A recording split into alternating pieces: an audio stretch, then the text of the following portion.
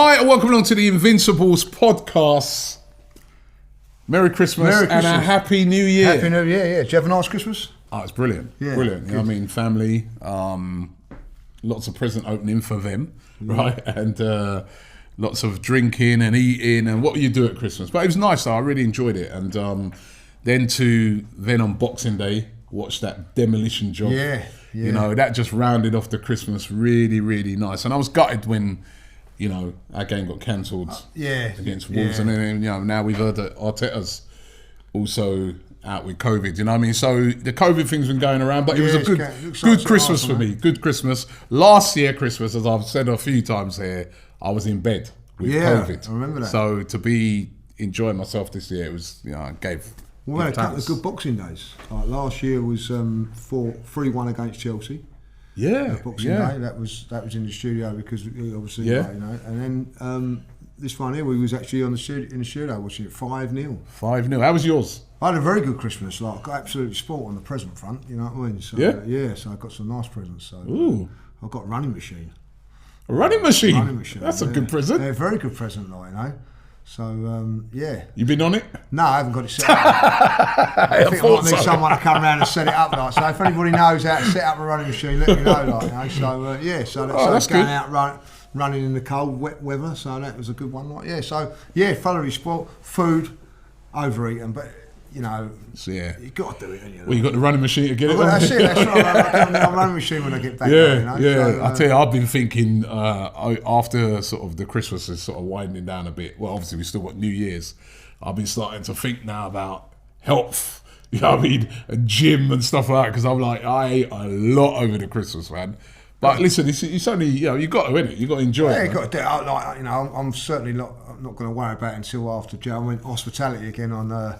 That Man City game, so here we go. I'm going to indulge on that, like, you know, and then after that, like, start watching it. Well, then we've got after that we've got Liverpool away with Forest, so we've got a few games coming up. Yeah. You know, I was looking at January, and January's a really busy month. Yeah, busy month for us. Even though at the end of January there's like a week off. I don't know if you realise that. The last week in January there's no games. I think that's something to do. Remember when a lot of teams were asking about having a break. I think that's sort of the UK I didn't know January break. But the last weekend, I think it's the weekend of the 22nd of January or the following week. There's a week. So only FA Cup, isn't it? No, because I think the FA Cup's the week after that. So I think there's a week off. But basically this month we've got, January should I say, we've got the Liverpool game, 2 legs. Right, which was, you know, that first one kicks off on a Thursday night. Then the Sunday we've got Nottingham Forest.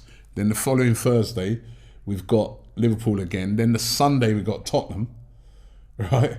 And then I think followed by Burnley after that. So it's a busy month with a lot of games on. And what's that Thursday lark for? Thursday. What's all that about? TV, Lee, man. You already know, man. It's TV. It's like they're trying their hardest to get us into the Europa League. Europa League settings. I thought, well, that's all right. Wednesday, get up there Wednesday.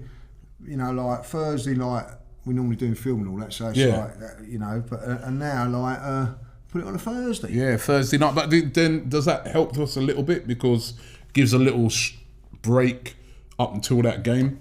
Well, we've got the Spurs in on the Sunday. So that's the following week, yeah. We've got 2 Sunday games. So one Sunday game's Nottingham Forest away, FA Cup. Yeah, so we play Thursday and then we play, Remember last time we played them in the FA Cup away? Well, remember that? I don't remember. Yeah. Right, and then the following week after that, Tottenham, which is going to be a huge game right now for Arsenal, you know. But yeah, feel good factors around Arsenal at the moment. Obviously, that can be quickly erased when we play against Man City. But that game against Manchester City, how are you feeling about it? Obviously, you know Mikel Arteta, he's not going to be in the dugout for that game. His assistants are going to be taking charge. But how are you feeling about that game? Can we beat Man City? They're one of them teams that we owe them. Home and away, they always do us. Yeah. Home, away, cup games. Over recent years, they've just had our number. We owe them. And I'll tell you what, you know, like, they're mentioning about Cancelo now, like, you know, because I know that it was a bad tackle from Granit Xhaka. He shouldn't have dived in. Didn't touch him. And he rolled around all the time, like, you know what I mean? So I hope they've got a nice little present for him when he comes down here, like, you know what I mean? hopefully a slap in the tunnel or something like that. So you do like a bit of violence, no, I don't forget things like that. Like, you know what I mean? It wouldn't have made a difference on the day, but you know, the dark arts of the game, I like that. So you got to remember it and bottle it up, Arsenal. And listen, what's great about this game on Saturday is apart from Spurs, every other club wants us to win to keep the championship going and all that, So we can do the Premier League a favour by stopping City, and I think we will. I honestly, genuinely think we will. What beat them? I think we'll beat them. Yeah. What brings you to that conclusion? Because do you know what? I think it's 9 games we haven't beaten them in. And law of averages say at some stage it will happen. I think we've beaten them in the FA Cup. I think it was the last time we beat them. And I just feel that somewhere along the line, City have been playing very, very, very well. But I do believe this, Robbie. I believe they've got to play again on. I think it's tonight, and I think they're playing one of it's tonight or tomorrow. We've had a nice 5 days rest. I know we've got COVID and all that, but I think at the end of the day, they keep changing, chopping their squad around all the time, which is, somewhere along the line it might just bite them. Yeah, but you know what it is, Lee? If any team, I look at it and I'm starting to realise why City win the league so many times, right? And they've just got an unbelievable squad, right? Yeah. So, like, even at the moment, if you notice, Guardiola's one of the few managers that ain't really going on about, these amount of games being played back to back. Yeah, probably because he's won them all, right? So he don't care. But they've had games they played recently. We had Grealish on the bench, Foden on the bench. Then they'll have another game. They've got Mahrez on the bench, Sterling on the bench, right? They've got John Stones is on the bench. Last season they had Laporte on the bench. Well, De Bruyne's hardly played, is he, really? They've had De Bruyne sort of in and out. They've had Fernandinho on the bench. It's literally, they do have 2 world-class teams. Yeah. You know what I mean? There's been no Kyle Walker recently. You know what I mean? He's been he's not been missed, has he? He's not been missed. No. You tell me another team that wouldn't miss a player of his calibre.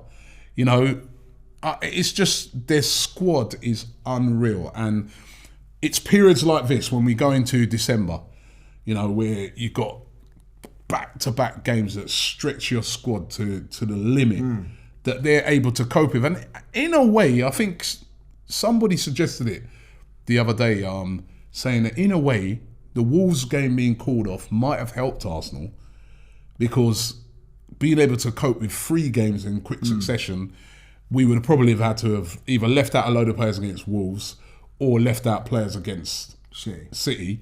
Now we can go into that City game and hopefully if there's I don't think there's any injuries, but if there's no further COVID cases to the team, we can go in with a hopefully unchanged team against Man City. Obviously, I don't think there'll be no Tomiyasu. I think he'll still probably be isolating. But we could go in with an unchanged team. And if we can go in with an unchanged team, that does give us a chance because the team's been playing, it's been on form. I think the fans are going to be up for it because, the fans have been watching from a distance, the majority of them. The Arsenal have been playing really well. We'll be looking forward to go to the Emirates and really get behind them. So I don't know if it's a great opportunity because they've been on fire though. They ain't lost a game in how long? So, but listen, I think definitely the Arsenal that's going to be taking on Manchester City is in a lot better shape than the Arsenal that took on Manchester City at the Etihad earlier on in the season, where we were at back-to-back defeats.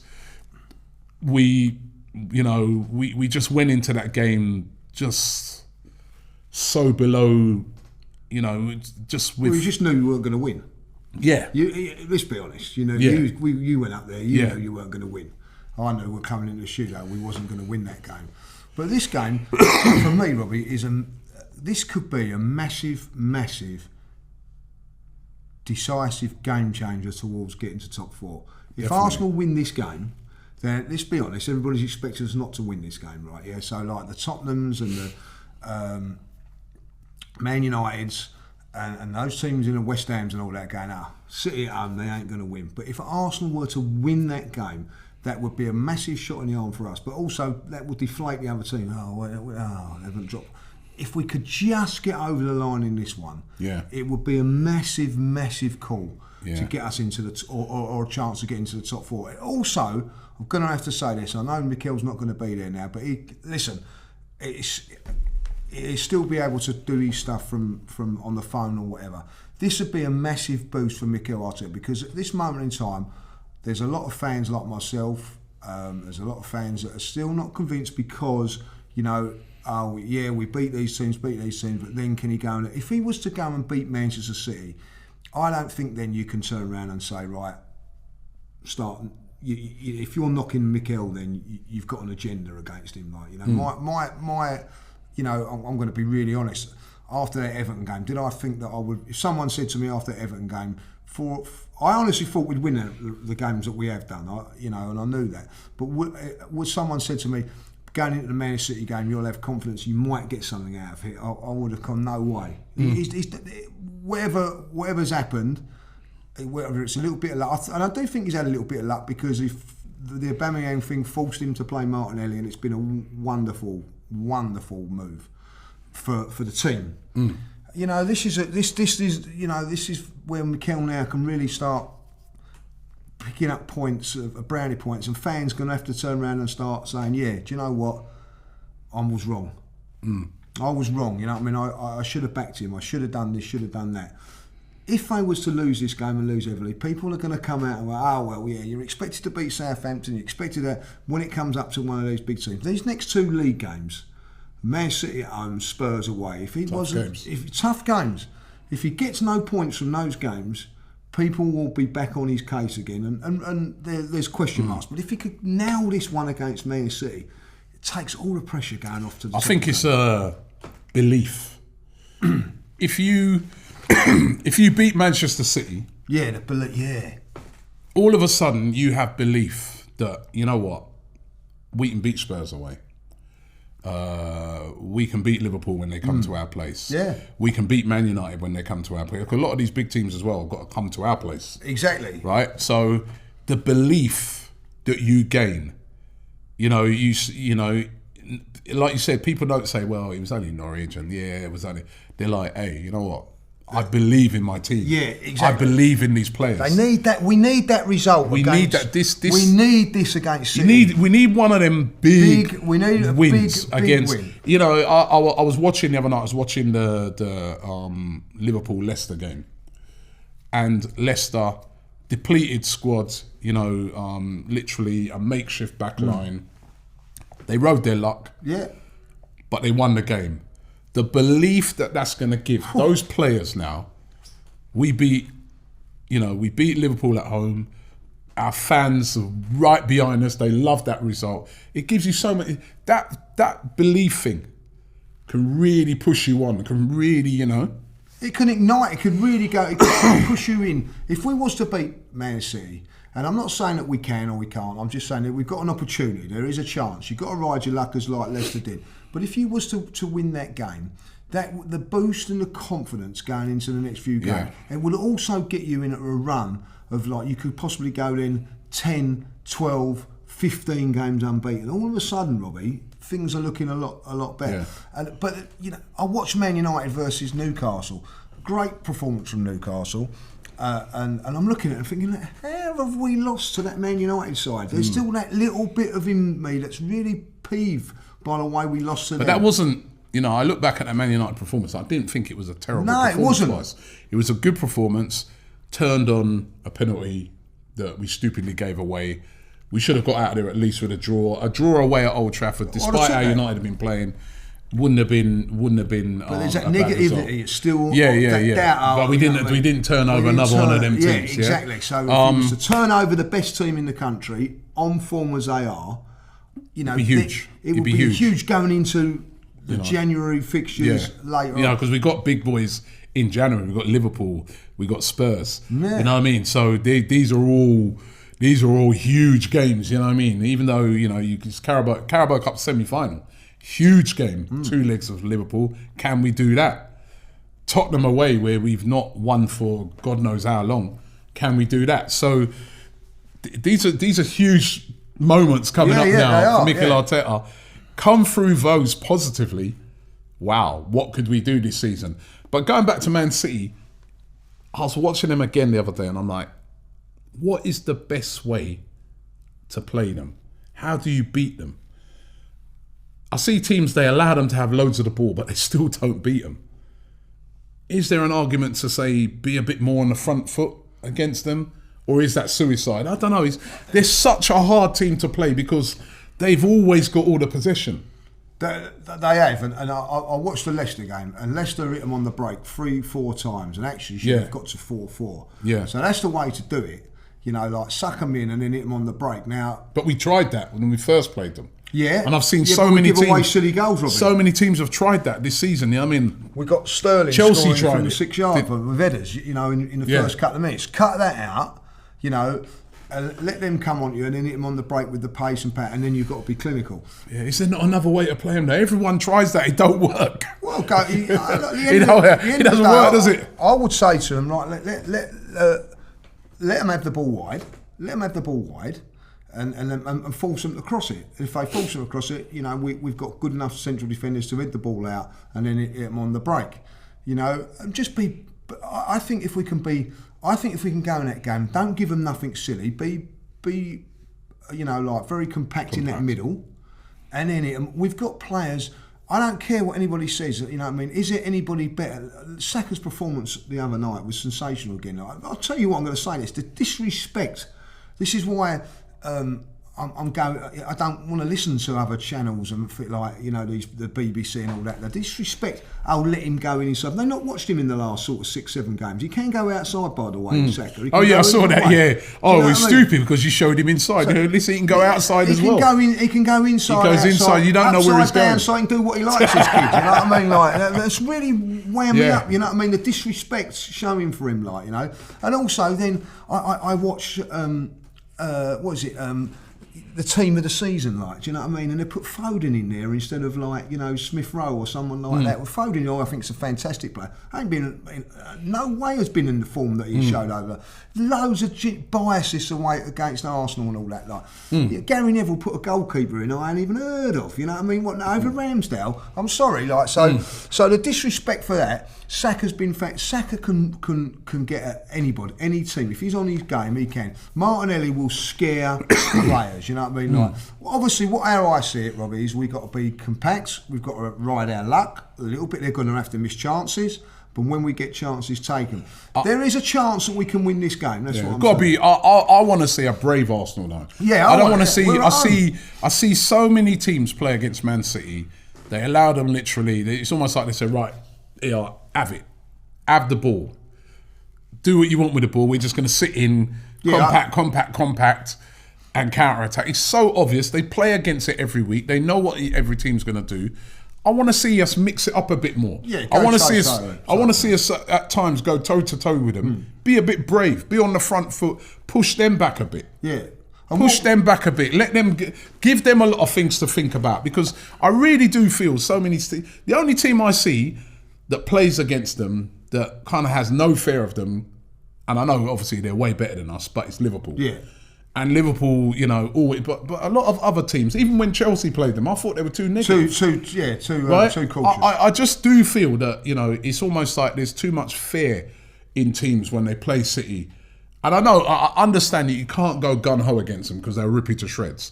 But I just want Arsenal to mix it up a bit. And remember, we're playing at home. So I want us, don't just sit back the whole game. Be on the front. I get that. Push them back. Give them a lot of things to think about. Be electric up front. I mean, Saka, Smith Rowe, these guys are Martinelli, like you said, they've got a massive role to play in this game. You know what I mean? I think Ramsdale, his distribution is going to be really important. Get that ball, maybe go quick, diagonal up front. When we played them actually that time in the FA Cup, I thought we did that really well. Yeah. Hitting diagonals up to Aubameyang, and Aubameyang kept constantly getting in behind and causing them problems. We've got to do a lot of that and not just give up all the possession to them and it's just a carousel of them coming, just, you know when they're out wide, then there's this switching triangles all over the place. No, let's get into them, man. What would be important in the game? Like, will Arsenal, and I think this is something I want to see, play their football from the back against them. be positive to do it, you know, because like in the part, it's all good playing out from the back Norwich, of it. doing it against Norwich, do it against one of these teams. I think we have to, and I think we can. I think we have to. I think we have to be brave on the ball. Very exactly, and trust, you know, trust your players. Trust your players. Be brave. Do that playing out from the back like what we've been successful with that in games. I know people will say it's very easy sometimes to say, oh, it's only this team and it's only that team, but you got your philosophy. You've done it well. You've executed it well recently. Don't change that up too much, but mix it up though. I do think sometimes long diagonals. You know what I mean? Give them something to think about, man. Let Saka and Smith Rowe, if he plays, or Martinelli, let them perform. Just say, right, you're going to have times when you're going to be isolated a little bit. Go and do your stuff. Now, I'm not probably, you know, listen, the last 3 or 4 games, you watch it, Saka's been, when he gets the ball, 3 players around him. Man City won't do that. They may let him have just 1, 2.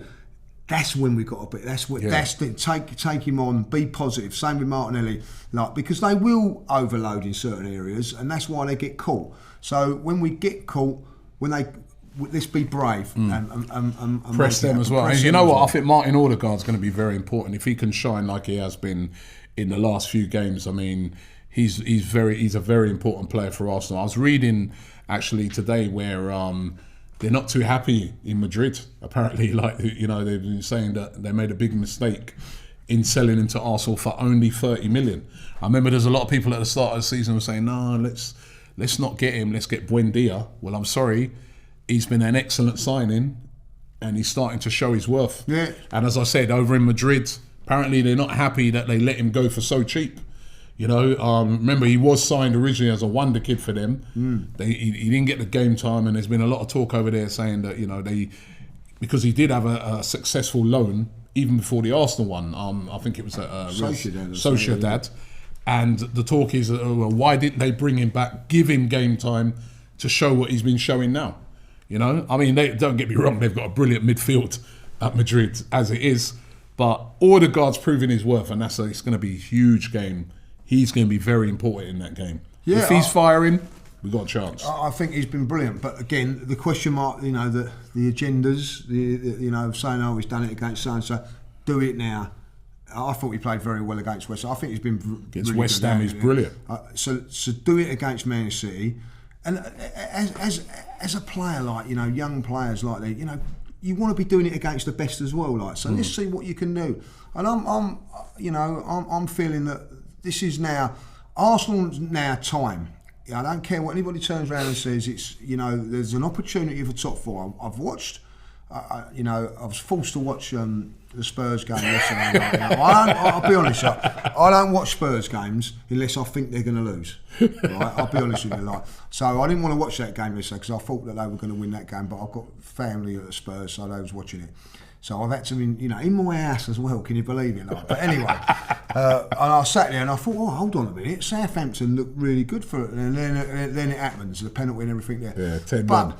But I wasn't that wholly impressed with Tottenham. You know what I mean? Everybody said that, Conte made mistakes in that game as far as I was concerned when he took off the left back. Why didn't he put Gill out there on the left-hand side, playing the right-hand side of midfield? When you've got 10 men, what's coming inside to the traffic? I thought there was a few mistakes by the wonderful Conte, where everybody turns around and says. And I wasn't impressed with Man United, by the way. No. So there's an opportunity for Arsenal to get into this top 4. I'm not saying that they're going to, but we have got an opportunity because the teams that are in and around us, West Ham, lost to Southampton at home over the Boxing Day, still a very, very good side. But there is an opportunity that we can get into. There's no out of those teams going for the top 4, right? Which is us, Tottenham, Man United, put West Ham in it as well. There's no standout. There's none of those teams. That includes us. That includes us. There's none of those teams that you say, well, yeah, it would definitely be, for me, United. United, for me, is just a team full of individuals. Brilliant individuals. So when I was watching that Newcastle game, I'm like, when they didn't get that second goal, I'm going, they ain't going to win this game. It's going to be a draw, or United will win because they've got Ronaldo, they've got Cavani, they've got Sancho, they've got these guys, they've got these individuals that even though they don't play well as a team, at any given time, give them a chance, bang, and that's what happened. And although they were a bit fortunate even with that, right? West Ham are a good team, but the squad's not deep, so you can see them slipping up. Tottenham, are Tottenham. You know what I mean? We know that on a day, certain days they can be really, really good. On another day, they can be really, really bad. You know what I mean? A bit like us in a way, right? So it's up for grabs, man. It's up for grabs. It's up for grabs, right? But it's definitely up for grabs. We got a chance, and we got to seize it. And if Arsenal and Mikel Arteta in 2022, come May 2022, if he gets into the top 4 for me, that would have been a really, really good achievement. Honestly, I'd be so impressed by that. Yeah, so impressed by that. And you'd have to hold your hands up as a critic of the manager and say, listen, he's turned it around. Hold your hands up and say he's turned it around. Yeah, and I'll tell you the other thing, Lee. January is important for Arsenal. I think the transfer window, we need to do a couple of good bits of business. I mean, we're going to lose players to African Cup of Nations. Obviously, I know Aubameyang ain't been playing, but he's going to be gone. Thomas Partey, who's really been improving a lot in recent games. Pepe, El Neni, who's a guy who comes in, stands in, does all right. You know what I mean? And with COVID and the way squads have been getting depleted and that, we could miss guys like that big time, right? I think in January we got to go and do some business, and also we don't even know who's going to be. I mean, there's a lot of talk that Ainsley Maitland-Niles is going to be going to Roma. To me, if Eddie Nketiah is saying that he doesn't want to stay at Arsenal, he wants to play, they have to try and see if they can sell him in January. Yeah. Right? Because, he can walk away for free, at the end of the season. So to avoid that, try and see if you can move him on in January, get maybe a 10 million or something. Lacazette, I wouldn't. I'd say he's such an important player. You got to try and, even though he looks like he's going to be leaving at the end of the season, you're probably going to have to hang on to him, right? Aubameyang, I don't know what they can do with him because the amount of wages he's on, it's going to be hard for him to move on. But I do think that Arsenal need to get a midfield player in the January transfer window and need to get a striker. I don't know, maybe even a loan move. I mean, I've seen links with people like Philip Coutinho. A few years ago, I was like, yeah, that'd be a great player. Now, that's not the type of player I think Arsenal need, but I would like to see, a good midfield player in there. And also a striker, especially if Eddie was to go a striker. Well, the one thing, I've criticised Mikel over the last sort of year and whatever. The one thing I won't criticise, and I didn't in the summer, and I won't now, is our transfers. I think they've been brilliant. They've been very, very good, and they've done exceptionally well on that front. From when Edu first came in to bring in Martinelli, they've got Partey, Tommy Asso. I'm going to be really honest with you. I never heard of him. I know him now. So when they turn around and say about centre forwards and all that, whatever centre forward they get, if they're going to get one, I trust them with that. I trust them with the midfield player. And in this January transfer window, it was a time when you just didn't trust, or even in any window, trust anything. But I do trust that there is a plan. There is a sort of something in there. If they're going to let Maitland-Niles go, then they've got to be some sort of plan. Have to bring in a midfield player then, because as I said, we won't have Thomas Partey won't be here, and neither will El Neni. No, and I think El Neni is gets a lot of criticism, but he just does what it comes on the last 10 minutes. Steady Eddie. Steady Eddie. You need that all the time. 10-15 minutes from the end. I'm quite confident when he comes on, he's not going to mess up and things like that. So they're going to have to, for that January period when you're playing game after game of what we spoke about earlier on. Big games in January. We need, you can't go in here with Granit Xhaka because that's all we've got, and Lokonga, and really see, unless they're going to try and play Smith Rowe in that position and maybe it's a bit of a gamble though, Rob. So I think that at the end of the day they will make sniff at the top 4. Don't gamble. No, We've done this many times over the years. I remember Arsene Wenger used to do this a lot, where we'd be saying to ourselves, all we need is a defender, and we could get, we could win the league and things like that, and we wouldn't do it, and then we just drop off. this Learn is your not lessons. Learn the lesson this time. Get it done. Bring in a couple of reinforcements. You don't need a lot. I don't think there's a lot of Arsenal fans out there that are saying we need like 3, 4, 5 signings in this transfer window, but certainly a couple of good signings. If we was to sign, the top 4 is there. If we was to sign a top striker, just say, I don't know who, just if we did, it would give us a big boost. Yeah. Going into that last part of the season. I remember, God rest his soul, Reyes, when he came to the club. You know what I mean? We was on a high when he came to the club. You know what I mean? And we ended up going on and winning the league that season, like, you know, because it gives us something different. It give everybody a lift. And we need that little bit of... Also, as a fan, at this moment in time, you're not too sure if we're going to get top 4. We're in the mix, but, you know, you ain't going to put your mortgage on it and whatever, like, you know. And you're also at that stage with the board. Do they really want it as well? Do they want it, like, you know? Well, this would be a perfect opportunity to nail both. Go, do you know what? We do. And we are... this could be... just January month could be... as massive on the field as well as off of it. What's your I wrote this down here, your hopes for 2022?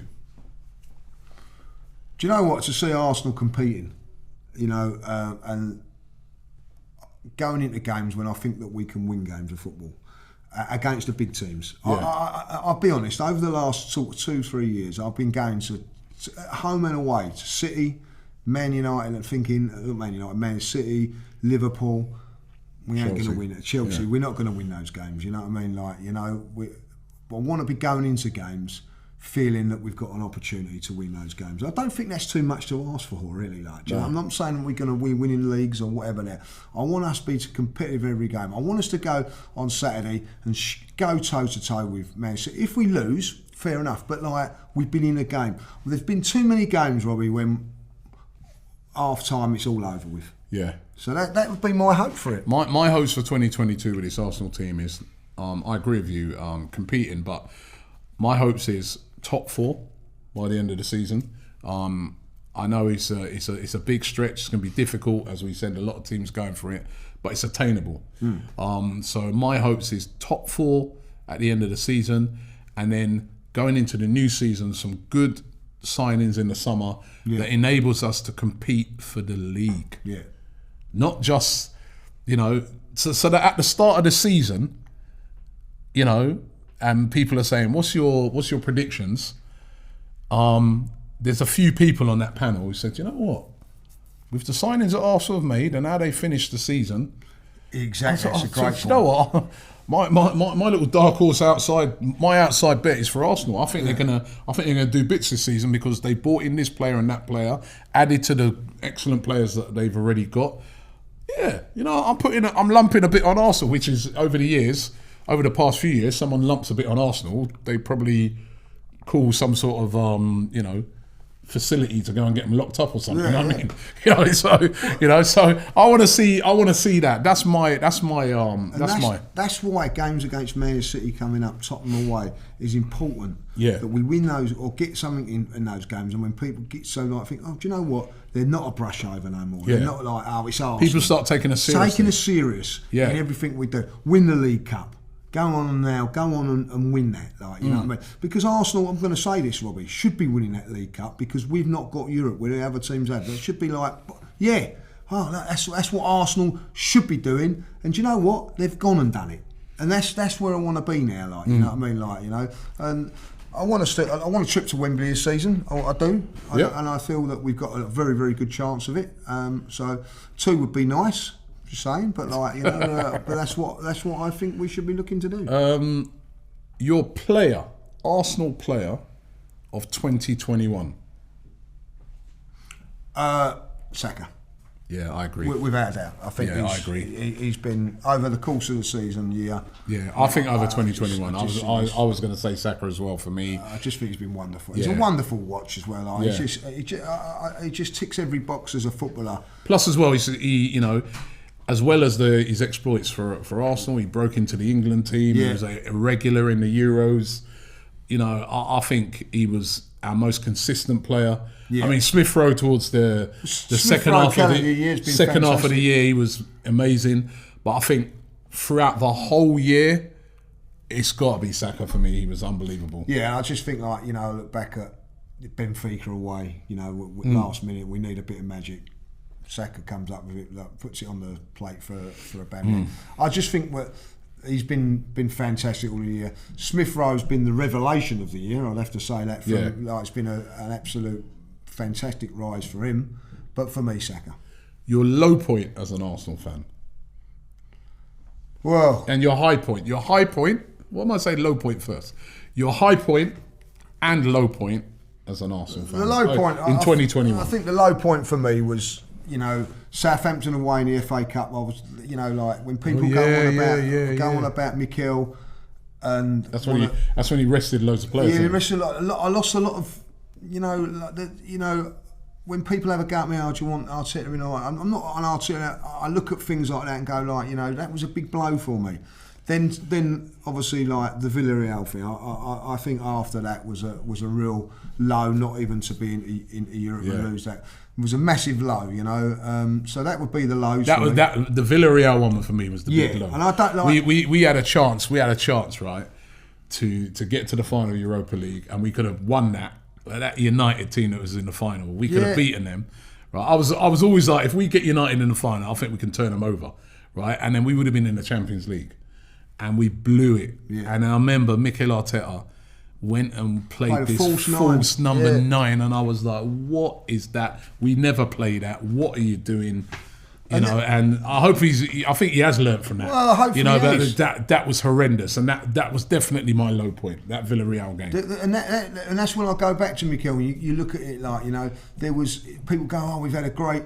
I think someone said we got the second most points from January to January, like, or whatever it was, like, but which is fantastic.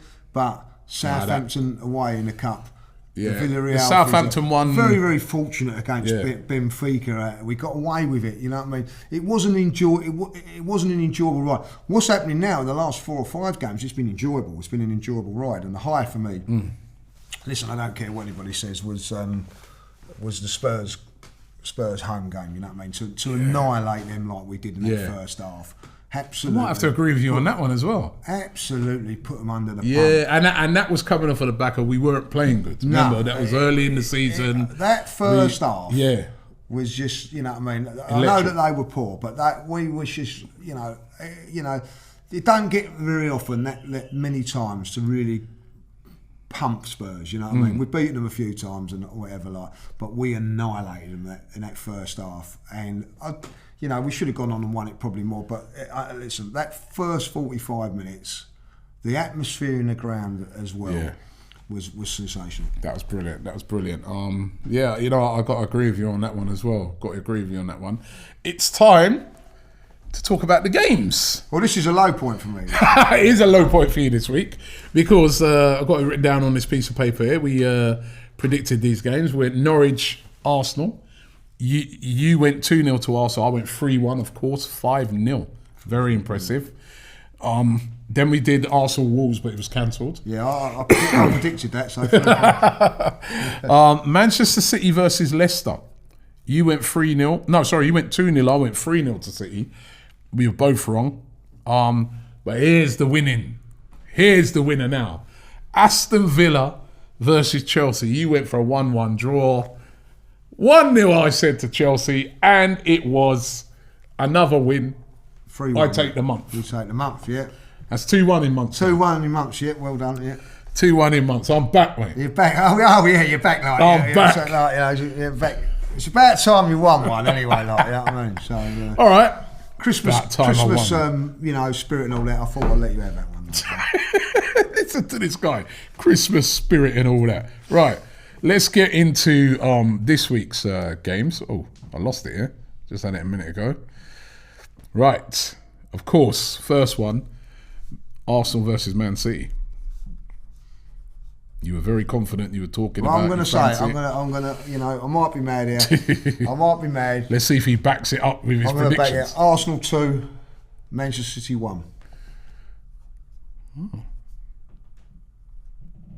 I've got a feeling we're going to nick it.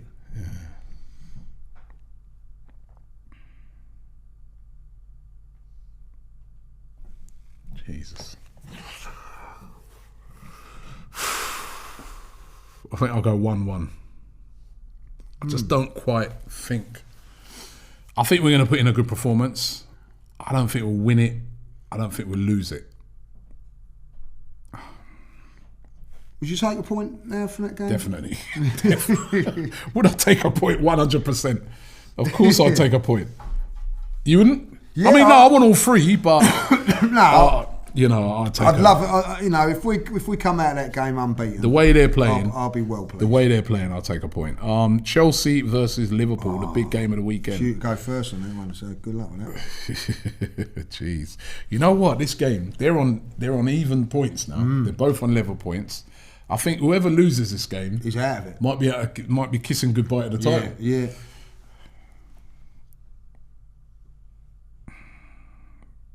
I think I'm going to go Liverpool, you know. Oh. I'm going to go 2-1 to Liverpool. Even though the other night they lost, I think they'll be attacking.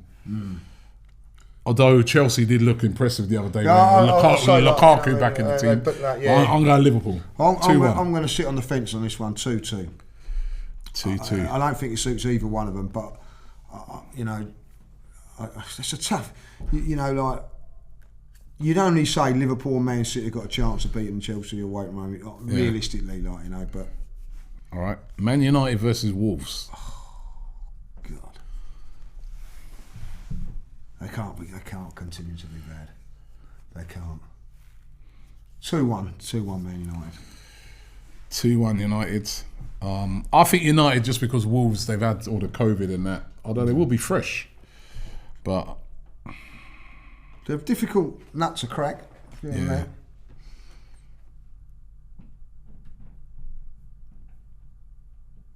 Go 1-0 United. I think it's going to be another tight affair. I'm not impressed with United, but I think they're at home. They'll get it done. And what final one should we go for? That's a good one. Crystal Palace versus West Ham. I thought he was going to go Watford Spurs there. Thank God he didn't do that. I was going to, but that's a standard win for Spurs, isn't it? So, yeah. They were poor the other day, Watford. Watford was shocking. Yeah, but I like that player they got up front, Dennis. Yeah, but I think Ranieri's on thin ice again. He's on thin ice. Listen, every manager who goes to Watford's on thin ice from the day you walk through the door. I'll tell you what, he's skating on water at the minute. I'll tell you that. Palace versus West Ham. Who's first? Is it me? Yeah, you go first. Zaha will be back. Fancy Palace, man. Going 2-1 Palace. 1-1. 1-1. Fence again. Yeah. You're on that fence a lot. Yeah. I was impressed with West Ham again yesterday. I watched them against Watford, but Watford were poor. Watford as well have been missing a lot of players as well. They've been pretty depleted. So I'm happy with that. Okay, you happy with that? I mean, actually, I'll take a loss if your prediction for Man City comes true. Yeah, I'll be more than happy to, So let's see. But it's a big weekend. Want to wish you guys a really happy New Year. And make sure you stay safe over this January. Lee, it's been brilliant doing the podcast with you this year, and looking forward to many more shows in 2022. So thanks for all your support and all that. It's been getting good numbers, haven't we? So. Wonderful support from you guys. Keep watching. And also to all the people we lost this year. Of course, we lost Claude this year. We still remember him. Heavy D. Heavy D. I love what they've been doing, by the way. I don't know if you have seen this, but we had a picture here of Claude. And Claude used to go up on the coach to every game. Yeah. And what they do is they take that picture and they've literally retired that seat for the season. Right? And they put that picture on the seat, and they go to every away game. Ty puts it down there, or the other guys, they put it down there as well, and then literally nobody sits in that seat, and that picture is just the picture of Claude is there, and they travel up to. So well done to the supporters club for doing that. That's been absolutely and fantastic. Also, he's got that little fun thing that he do, like for the tickets and things like that, don't they? Like, you know, so we lost a great guy this year in Claude. I'm sure he'll be up there in heaven looking down on that Man City game and, you know, praying that we can get a win. Yeah. Let's hope we can do it. But listen, Happy New Year to everybody, and looking forward to more shows in 2022. And let's hope 2022 top 4. Let's hope so. Let's see.